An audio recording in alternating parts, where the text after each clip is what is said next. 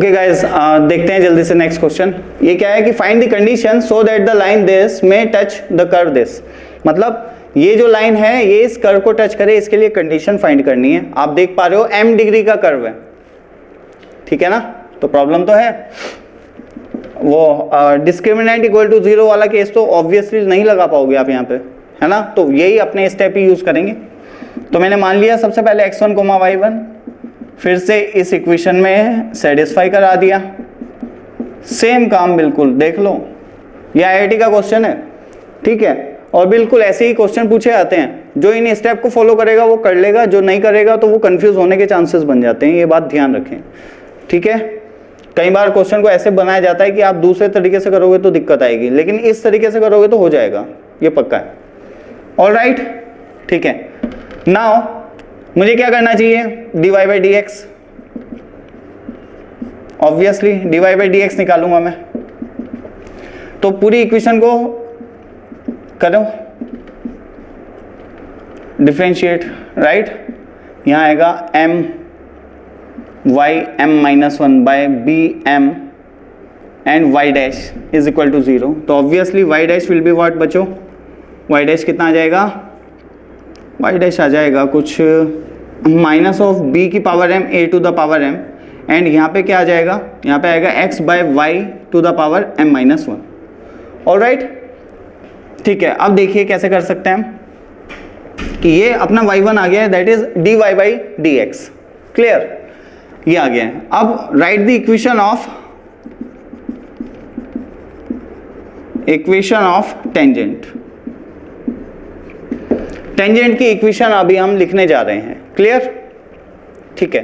तो कैसे, y minus y1 and slope ये हो जाएगा अपना and x minus x1। Alright, यहां तक क्लियर है सबको कहानी, ठीक, ओके।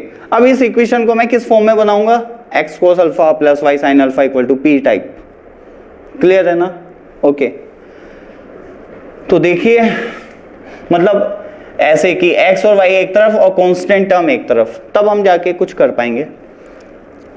इस टर्म, वैसे तो इस इक्वेशन को भी मुझे ऐसे लिख लेना चाहिए, x cos alpha by p y sin alpha by p equal to 1, क्योंकि मैं कांस्टेंट टर्म को 1 तो बना सकता हूँ, p बनाने का क्या मतलब है, या तो प्रोडक्ट लेना पड़ेगा p का पूरी इक्वेशन में, क्योंकि p तो इसमें इन्वॉल्व है ही नहीं, तो ज़्यादा बेटर है ऐसा कर लेना चाहिए।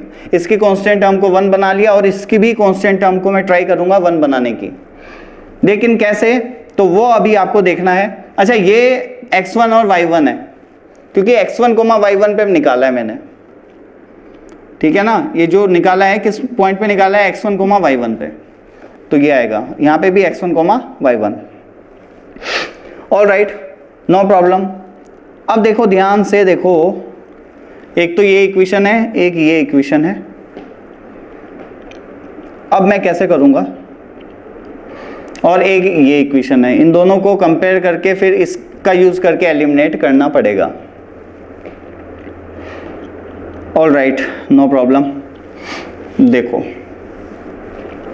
y1 को y के साथ लेके जाओ, क्यों, y1 की पावर कितनी है, m माइनस 1, जब इससे मिलेगा तो y1 की पावर m बनेगी, समझ रहे हैं। ऑलराइट, इसको इधर ही रहने दो x को, ये तरीका समझना। कभी भी इस टाइप का स्लोप हो तो क्या करो, इसको अपने तरफ, इसको इसके की तरफ, मतलब x1 टाइप वालों के साथ ही रखो x1 को, y1 को y1 वालों के टाइप y1 वालों के पास रखो। हो सकता था ये स्लोप ऐसा होता, कुछ ऐसे ही दिखा रहा हूं जस्ट, कुछ इक्वेशन मतलब ऐसे कुछ होती y1, तो ऐसे में क्या करता मैं, y1 को इधर लेके आता नीचे और x1 को यहीं रहने देता, क्लियर। तो x को एक साथ रखो, y को एक साथ रखो, यही तरीका यूज किया जाता है मैक्सिमम टाइम, क्लियर। तो आपको जैसे ही आपने ये इक्वेशन देखी तो आपके दिमाग में आना चाहिए कि y वालों को एक साथ ले जाओ। इसको इधर ले गया मैं, तो ये आया y1 की पावर m माइनस 1 y, और इधर आया a और b का क्या करना है वो भी देखेंगे अभी। क्या a को लेके जाना है या नहीं? देखो हाँ, a किसके साथ है? x के, और b किसके साथ है? y के। तो अच्छा b को इधर लेके जाओ नीचे, y1 को तो इधर लेके गए, b को इधर इसके नीचे, क्योंकि ये y1 के साथ चल रहा है। समझ गए? b की पावर m से डिवाइड करो। ऑल राइट, सिमिलरली यहाँ पे भी ऐसा ही कुछ काम करना पड़ेगा। y1 की पावर m माइनस 1 इससे प्रोडक्ट होके y1 की पावर m बनाएगा। डिवाइड करोगे आप किससे? b की पावर m से। और ये अब यहाँ पे क्या बचा? सिर्फ माइनस ऑफ x1 की power m minus 1 divided by a की पावर m। उसको अंदर मल्टीप्लाई करोगे तो यहाँ पर आएगा x1 की power m minus 1 x upon a की power m minus, negative sign है साथ में, और ये माइनस माइनस प्लस बनाएगा और यहाँ आएगा x1 की power m divided by a की पावर m। ऑलराइट स्टूडेंट्स, इनको इधर लेके आओ, इन दोनों को एक साथ कर लो, क्योंकि ये दोनों तो यही है, दिख रहा है। तो मैंने कहा y1 की power m minus 1 into y divided by B M plus x1 की power m minus 1 into x divided by A M is equal to, इसको मैं लिख सकता हूँ x बाय a की power m and y by b की power m। Alright students, फायदा समझ आया? कैसे बनाया ये? इसको दिमाग में रखते हुए इस चीज़ को ऐसे मैनिपुलेट किया। एक बंदा है जो इसको डायरेक्ट मल्टीप्लाई करना शुरू करेगा और कुछ भी समझ नहीं आएगा क्या करना है। तो कैसे? इसको दिमाग में रखते हुए, क्योंकि इसका यूज करके ही मुझे एलिमिनेट करनी है चीज़ें, या इसको दिमाग में रखते हुए। ठीक है, वैसे इस टाइप की टर्म्स बनानी पड़ेंगी आपको ऑब्वियसली। तो मैंने क्या किया, y1 वालों को एक साथ ले गया, y1 को y1 वालों के साथ ले गया, और मैंने यहाँ देखा y1 के नीचे कौन है? b है, तो b को इसके नीचे ले गया। यहाँ पे x1 के नीचे a है, तो a को x1 वालों के साथ रखना है। तो ये नीचे है तो ये इनके नीचे मल्टीप्लाई हो जाएगा। ये फाइनली आपने देखा ये आ गया, और ये इक्वल टू 1 दिया हुआ है यहाँ पे। ठीक है, ऑल राइट, नो प्रॉब्लम। अब ध्यान से देखें, इस इक्वेशन को कंपेयर करेंगे किसके साथ? इसके साथ। तो इसी की फॉर्म में लिख लिया ऐसे, y sine alpha divided by p और x cos alpha divided by p and this is equal to 1, और ये भी इक्वल टू 1 है। तो let's compare them. Sine alpha divided by p is equal to this one, y1 की power m minus 1 b की power m। All right, अच्छा यहां से y1 की वैल्यू मुझे मिल सकती है क्या? इसको इधर ले जाओ, m minus 1 B M sine alpha divided by p। All right guys, देखो अब मुझे y1 की वैल्यू आ गई b की power m upon m minus 1। All right, into sine की power m minus 1 alpha divided by p। Okay, अच्छा इससे ज़्यादा बेटर है, ऐसे लिखने से बढ़िया और कुछ दिख रहा है मुझे, आप वो देखें। क्योंकि फाइनली जब मैंने मान लो यहाँ से y1 की वैल्यू निकाल ली और सिमिलरली फिर x1 की वैल्यू निकाल ली, इन दोनों को कंपेयर करके, फिर क्या करोगे एलिमिनेट करने के लिए? फिर से आओगे तो इसी के पास ना,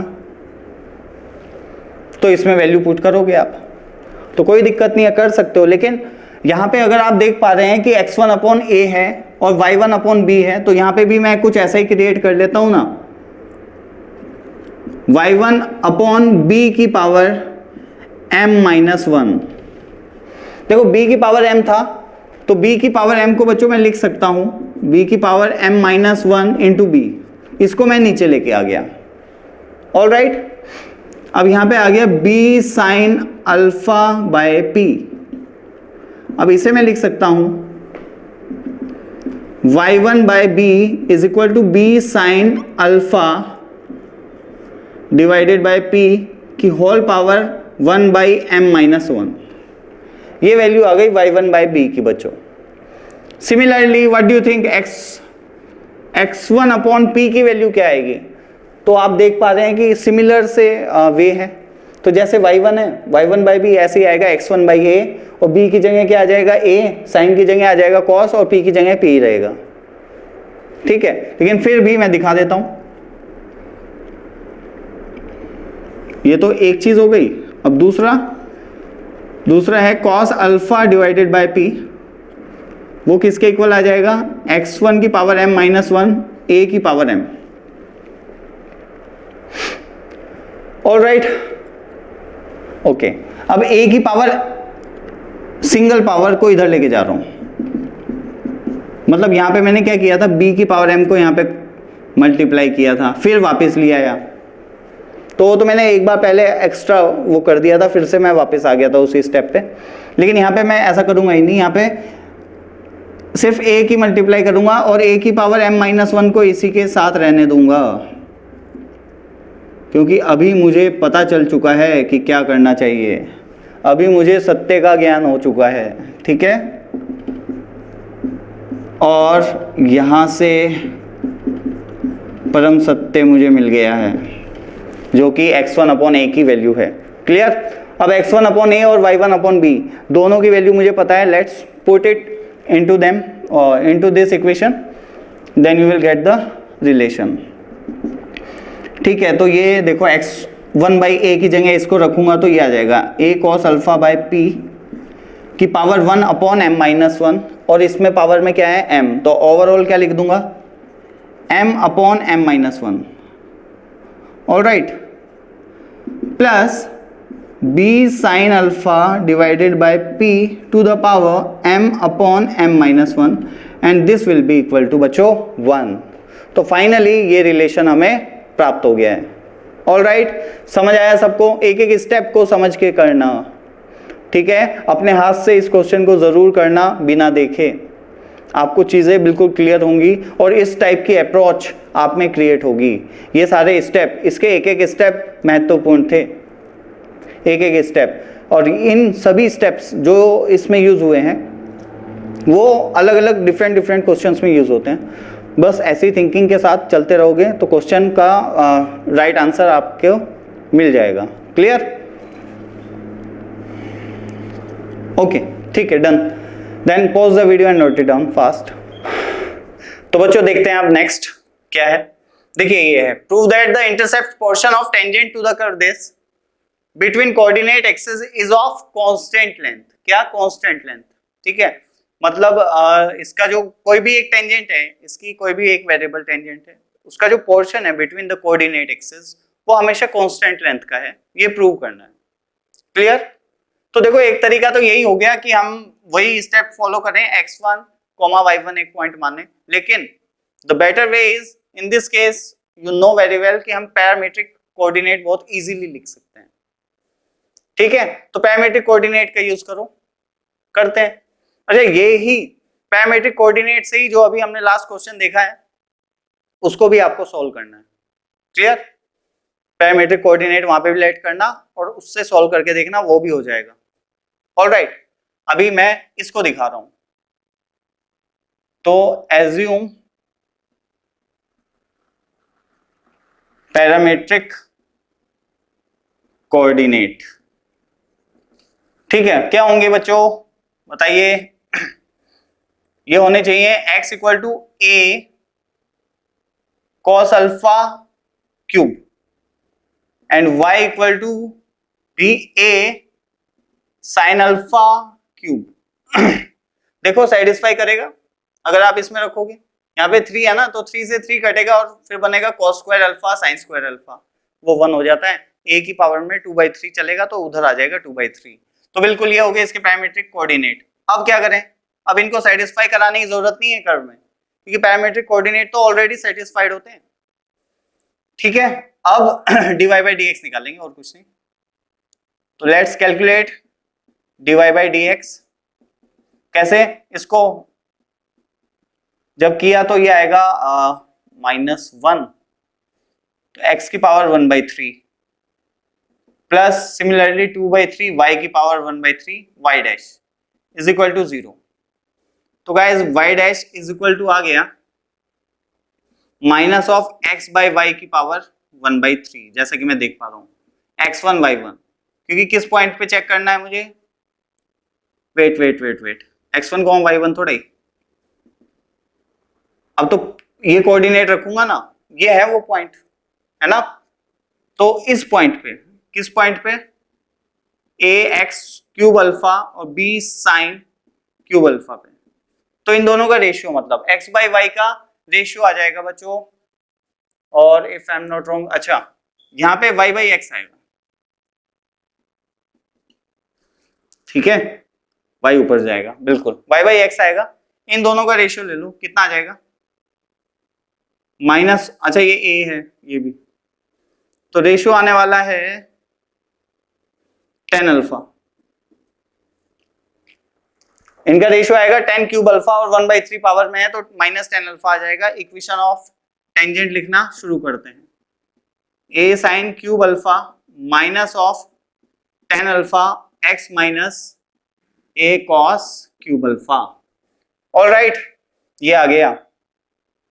अब क्या किया जा सकता है, तो पहले इक्वेशन को ध्यान में रखेंगे। इक्वेशन कहाँ है हमारी, एक तो ये है, इसका तो कुछ खास जरूरत नहीं होगी, चलो कोई बात नहीं। अभी हमें क्या चाहिए, the portion between the axis is constant of length is constant, ठीक है ना। जो पोर्शन बिटवीन द एक्सिस है उसकी लेंथ जो है वो कांस्टेंट है, उस पे वर्कआउट करना है। तो आपको पता है कोई ऐसी टेंजेंट होगी, कर्व होगा जैसा भी, ऐसा होगा मान लो, तो ये निकाल लो और ये निकाल लो, let's say it is a, 0 और इट इज 0, b, तो portion between the tangent is, sorry axis is square root of a square plus b square होता है। तो सिमिलरली मैं x इंटरसेप्ट और y इंटरसेप्ट निकालने पे कॉन्सेंट्रेट करता हूं। तो x इंटरसेप्ट कैसे निकलता है, y को 0 पुट करके, तो y को मैंने 0 पुट कर दिया, तो माइनस से माइनस कट हो जाएगा जैसा मैं देख पा रहा हूं, साइन से एक साइन जाएगा, तो इधर बचेगा minus a sign square alpha, इधर से कॉस, इधर से कॉस अल्फा, भाई 10 को जब आप डिवाइड करोगे इससे तो ये आ जाएगा। अच्छा माइनस से माइनस हट गया है ऑलरेडी, और इधर बचा है x minus a cos cube alpha. Alright, a cos cube alpha, इसको इधर ले आओ, तो ये बन गया a cos cube alpha plus a sign square alpha into cos alpha, तो x, इसमें से कॉस अल्फा को मैंने कॉमन लिया, a कॉस अल्फा को, सॉरी, तो अंदर बनेगा cos square alpha plus sin square alpha, that is 1, तो hence x is nothing but a cos alpha, और अगर x a cos alpha है तो you know very well y कितना आना चाहिए, a sin alpha आना चाहिए कि नहीं, लेकिन फिर भी हम निकाल के देख लेते हैं। y इंटरसेप्ट, ठीक है, जब सिमिलर टाइप के, मतलब एक क्या कहते हैं, सिमेट्रिक वे में चीजें चल रही हो, है ना, तो ठीक है, इसी टाइप के आंसर आते हैं कि जैसे x आ गया a cos अल्फा, तो अपने आप ऑब्वियसली y आएगा a sin अल्फा, इतना मैं अपना दिमाग से बोल सकता हूं, लेकिन फिर भी दिखा देता हूं। y इंटरसेप्ट निकालने के लिए x को 0 पुट कर देंगे, और जब ये इससे मल्टीप्लाई होगा तो आएगा माइनस माइनस प्लस, और y माइनस a sin क्यूब अल्फा, यहां बनेगा a cos square alpha into sine alpha. अब उसको इधर ले जाओ और a sin अल्फा को कॉमन ले लेना, तो you will get sine square alpha plus cos square alpha और a sin अल्फा, तो y इंटरसेप्ट आ गया बच्चों a sin अल्फा। तो length of intercept between the axes क्या हो जाएगा, square root of a cos square alpha, cos alpha का square plus B, sorry B नहीं ए ही है वो, ए साइन अल्फा का स्क्वायर, ये आ जाएगा ए, जो कि एक कांस्टेंट है, राइट। तो ये मैंने प्रूव कर दिया है कि कांस्टेंट लेंथ का होगा। Alright, then pause the video and note it down fast, then we will move to the next one. Alright guys, तो नेक्स्ट क्वेश्चन पे आते हैं जल्दी से। क्या बोला है कि area formed by X and Y axis and any tangent to this, any tangent, तो टेंजेंट की इक्वेशन लिखनी है सबसे पहले, तो कर पैरामीट्रिक कोऑर्डिनेट लेट करो सबसे पहले, तो पैरामीट्रिक कोऑर्डिनेट अच्छा, इसके ना टेंजेंट की इक्वेशन आपको वहां पे पढ़ाई जाएगी, कहाँ पे, इसमें हाइपरबोला में, ठीक है। हाइपरबोला मैंने अभी रोका हुआ है बीच में, तो बिल्कुल उसको हम फिनिश करेंगे जल्दी ही उस चैप्टर को भी स्टार्ट करके फिनिश करेंगे, अभी तो स्टार्ट ही नहीं किया, ठीक है। हाइपरबोला खत्म करेंगे। अभी फिलहाल के लिए मैं क्या कह रहा हूँ कि any tangent to curve X Y equal to C square is constant, तो वहां पे तुम्हें इसकी टेंजेंट की इक्वेशन भी बताई जाएगी। वैसे ऐसे समझो, देखो ये अपना वही है कोऑर्डिनेट, तो कोऑर्डिनेट की हेल्प से बताता हूं। अभी ये तो देख ही लिया ना, dy बाई dx सब कुछ, कोऑर्डिनेट की हेल्प से करवाऊंगा अभी। तो सबसे पहले पैरामीट्रिक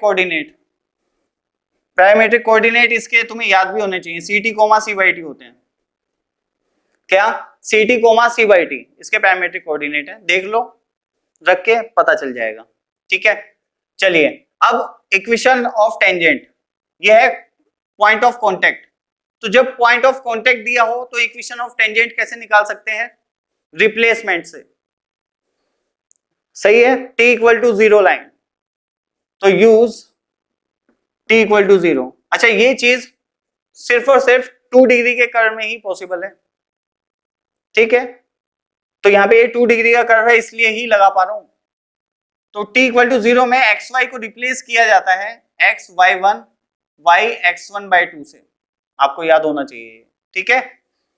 चलिए कर देते हैं, X Y one Y X one by two is equal to C square, ये इसकी t इक्वल टू 0 वाली लाइन है, ऑलराइट।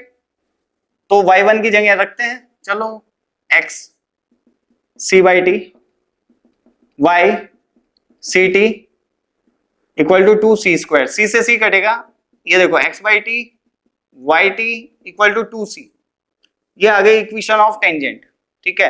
अब ये जो टेंजेंट है, ये जो कोऑर्डिनेट एक्सिस के साथ एरिया बना रही है वो कांस्टेंट है, तो इस पॉइंट के कोऑर्डिनेट क्या आएंगे, y को 0 डालो, x कितना आ रहा है 2c t, 0, x को 0 डालो तो y कितना आ रहा है 0, 2c बाई टी, आ रहा है या नहीं। Then area will be area of triangle, triangle का नाम दे दिया OAB, है ना। Area of triangle OAB will be 1/2 base कितना है 2ct इनटू हाइट कितनी है 2c बाई टी, तो 2c by T that is what 2c square, जो कि कांस्टेंट है, t से t कटेगा और c कांस्टेंट है। भाई ये जो क्वेश्चन है ना, इसमें c जो है वो क्या है कांस्टेंट, ऑलराइट, तो that is constant, hence proved. ये प्रूव हो गया कि जो इस कर्व की एनी टेंजेंट, कोई भी एक टेंजेंट जो कोऑर्डिनेट एक्सिस के साथ एक ट्रायंगल बनाया गया, उसका जो एरिया होगा वो कांस्टेंट होगा, ऐसा मैंने अभी आपके सामने प्रूव किया है। ऑलराइट बच्चों, तो I hope this is clear, अभी तक जो भी हमने पढ़ा है वो सब कुछ क्लियर है, ठीक है। तो बच्चों अब नेक्स्ट लेक्चर में मिलेंगे, आज के लिए इतना ही रखते हैं, ओके, थैंक यू।